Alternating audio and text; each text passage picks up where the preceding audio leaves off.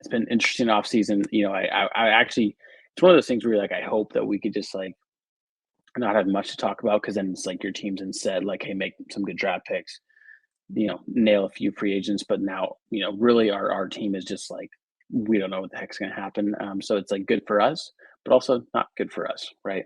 And so to kind of kickstart that, as everyone knows, DC is on he's on his way out of Las Vegas, and he had some words to say at the Pro Bowl. That's for certain. Somehow he got elected to the Pro Bowl because seven other quarterbacks just backed out.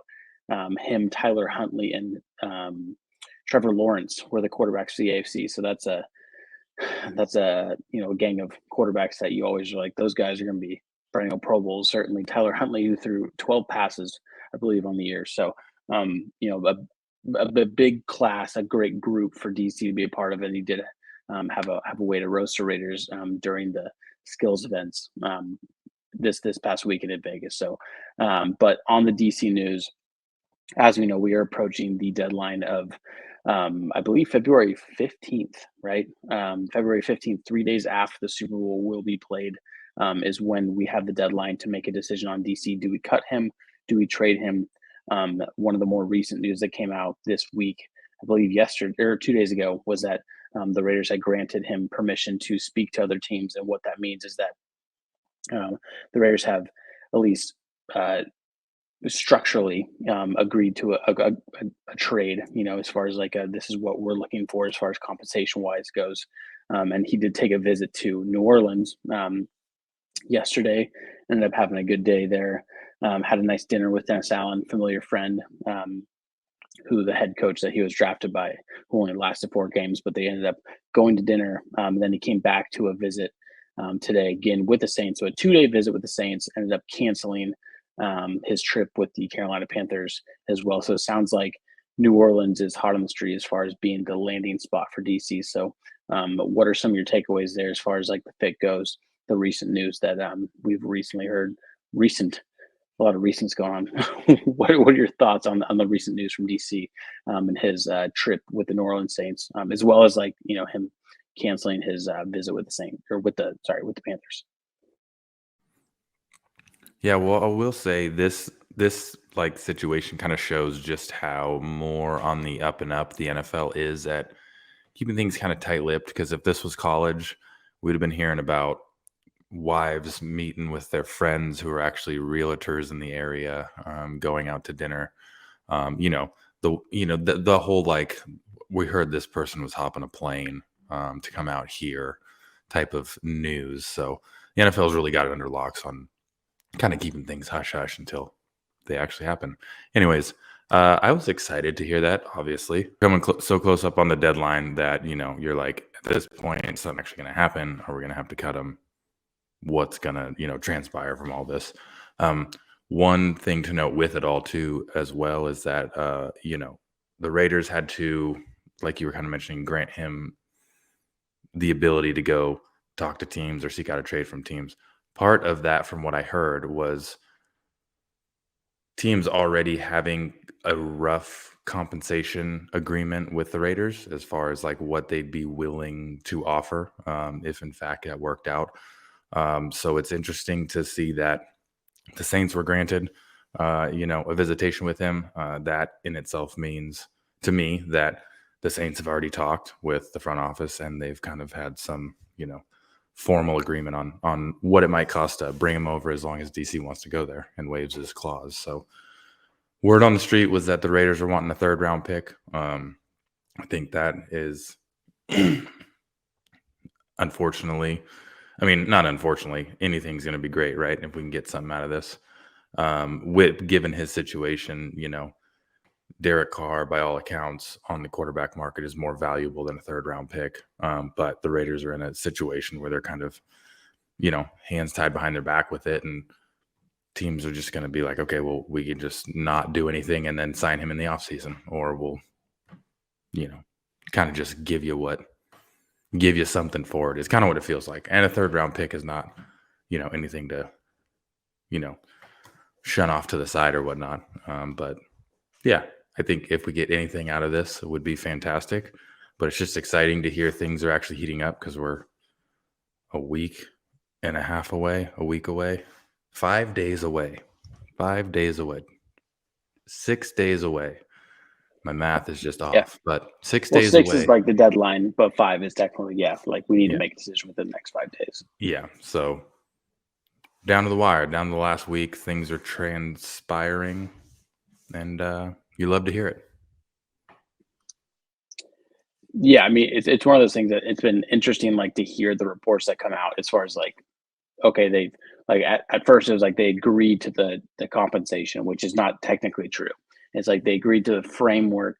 Like, the teams that the Raiders allowed Derek Carr to meet with have agreed to the framework of which compensation we would need, right? And I think part of that, the reason it's not like, hey, they are good with dealing a third rounder, second rounder, is because of his contract, right? And so like these teams, especially the Saints, who are like negative 60 million in the cap, right? Yeah, They're we like talked about how deep they were. they don't have money like at all. They have negative monies, negative coins, certainly. But part of that is like basically they've agreed to like, hey, this is what it would look like as far as the framework of a deal, if in fact we're able to negotiate his restructuring of a contract, which would then I guess would which would then like dictate like their salary cap and like how it impacts them for this year, next year, et cetera, right? So they could restructure the deal in a sense that would then allow him to still get his guaranteed money, but also to where it wouldn't impact them to where they would have even more negative monies, which I don't think the Saints want any more negative monies now.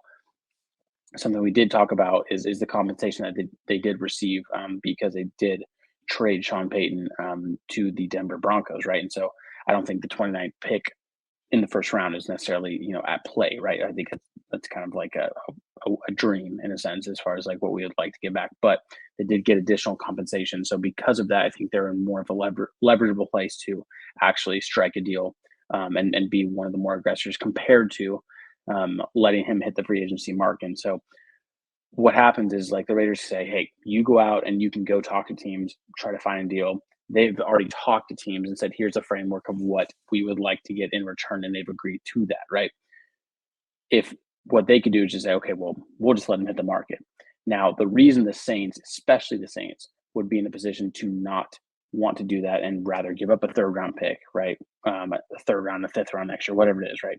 And just say, hey, we'd rather do this now is because they might not be able to get into a bidding war if Derek Carr did hit the free agency market, right? So a team like that is salary cap strapped, right? Like a team like that wouldn't be able to necessarily be as aggressive in the free agency market. And so Derek Carr would then have to weigh like, hey, whatever he is considering, which obviously a 2-day visit is there's some like substantial conversations going on as far as like what they're looking to do. And most of it outside of like just vetting out the organization, the culture where they see him fitting is a lot of that. This is how we could get you onto the team.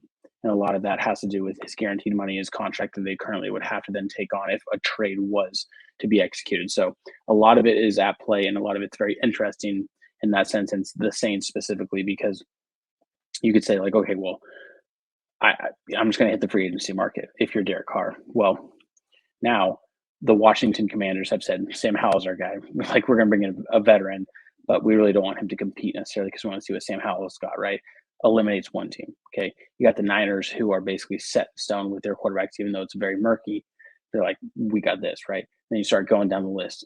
Panthers, he declined the visit with them, right? So like you're instantly eliminating teams. The only other team would be the Jets, which basically I believe from what everything I've been hearing is if they miss out on Aaron Rodgers, which we'll get to in a second, is that would be their next option, right? So they're the only team that could get into a bidding war as far as Derek Carr goes. But even then, DC would then have to bet and say whatever this restructured contract looks like with the Saints from what they're proposing, I would have to be guaranteed there's a better offer on the table if I did decline and have the Raiders cut me and me enter free agency, right? So anyways, a lot of stuff that we've heard or we've talked about before, but it's at this point we do have 5 days to figure out where the heck this thing's going. And it sounds like at least we'll be hearing whether or not DC is going to then end up being in New Orleans state within the next 24 to 48 hours, I would imagine.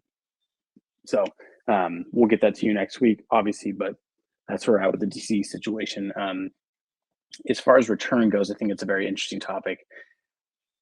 At this point, if we're talking about less than a week, I think whatever we can get, right? So whatever we can get to shed his salary, because that in that like when we get to this point where we have something that is attractive, like if he wasn't attractive, right? If he was somewhere like, damn, dude, we have this deadline, we're going to cut him, everyone knows it. We would have already chalked that up as a win because of the amount of salary that's coming off the books, right? But because of the fact, like, hey, there are interested teams, and then there's like, look at the NFC South. No, Brady's not returning this, that, and the other, right? Like we start going on this rabbit hole. We're like, damn, give me a first. It's like that's not always going to be the case, and like a win-win. And I get what you're saying as far as like a third rounder is not something to be like ungrateful for necessarily. But I'm like, I think that's a huge win because at this point, where we are today, that would be a big win if we get any compensation because then what we'll eventually get into, not this episode, but like if we add draft capital, what does that allow us to do then to move up in the draft and actually, eventually, either take a blue chip player for defense side of the ball or like quarterback that we're looking for. Anyway, so I think all this does play into it. And then it also plays into another factor of if we do get additional draft capital, anything that will then help us to make a move for a quarterback that's technically going on like a 4-day hiatus in the darkness, but anyways, that's my take on Derek Carr. We don't know where it's at. Any other things to note on that topic?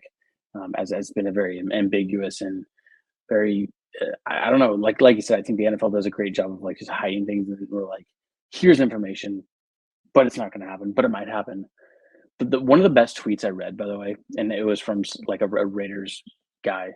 He was like, more likely than not, Derek Carr will be cut. That being said, he could get traded. No reason to rule out either of them. I'm like, what are you saying? How do you get paid for that? Like, how are you reporting? I'm like, you're saying all the things can happen. It was just, but like that kind of summarizes as far as like where we're at, like all the things can happen. Back to you, Arn. Like, it's like, dude, what are we doing? So, anyway, sorry. Yeah, out of the two options that could happen, don't sleep on any one of them happening. Don't rule out him being cut or traded. Both are possibilities. It's like, I just wasted 15 seconds, actually 30 seconds. I had to reread that twice. And I still, I'm like, what are you saying? But anyways, sorry. Thoughts on that and anything as far as like what you've heard or whatnot as far as the DC situation is concerned? No, not really. I think it's just like you said, we're coming down to the 25th hour on it. So it's like whatever we can get. And it's just really funny because, and I mean, I sat here and talked to you guys about potential trade packages for Carr, and all of them included a first round pick. And so I'm putting my hand up right now to say that I am part of this. But it's funny to see. No, sorry, I'm going to interrupt you. But those proposals, you did include Waller and or Renfro. So I think that also like that's why I said that makes sense, right? Because you're including another player. Sure. We're talking about just. But it was a lot of it was on a rough first round graded value from Carr. So anyways, just seeing like over the past 2 months, 1 month, not 2 months, really just ever since he got benched, however long ago that was, seems like 1,000 years ago. But ever since then, just seeing Raiders Twitter transfer from like, if the Raiders only get a third round pick for Carr, that's basically them just throwing in the towel because they know that he's gone or whatever. Now to people being like, give us a third, cool with that. It's just funny to see how these things transpire because that right there just shows you no one knows shit about anything when it comes to this stuff until these things happen. And that's why people hang on their correct takes for so long. When they happen. Also, yeah, and hand up on that one. But yeah, it's just funny. It's funny to see that stuff happen, how things just switch. And, it's like, I was the first one who said that. He was only worth a third. I want to go to war. Yeah. Well, I think, and the only thing that is tough about like those predictions is the fact that DC holds all the power, right? It's like we can say what he's worth. Teams can say that he's worth this, but he has to agree on that trade because of the no trade clause, right? So like that's the only thing that's like he's either worth a first or a sixth. And you're like, got to be somewhere in between, dude. Like so it's like it's hard because you don't know like how what level like what leverage he's playing in that sense. So, anyways, we'll see. More to come on the DC topic here, but that's kind of where we're at as far as the most up to date news.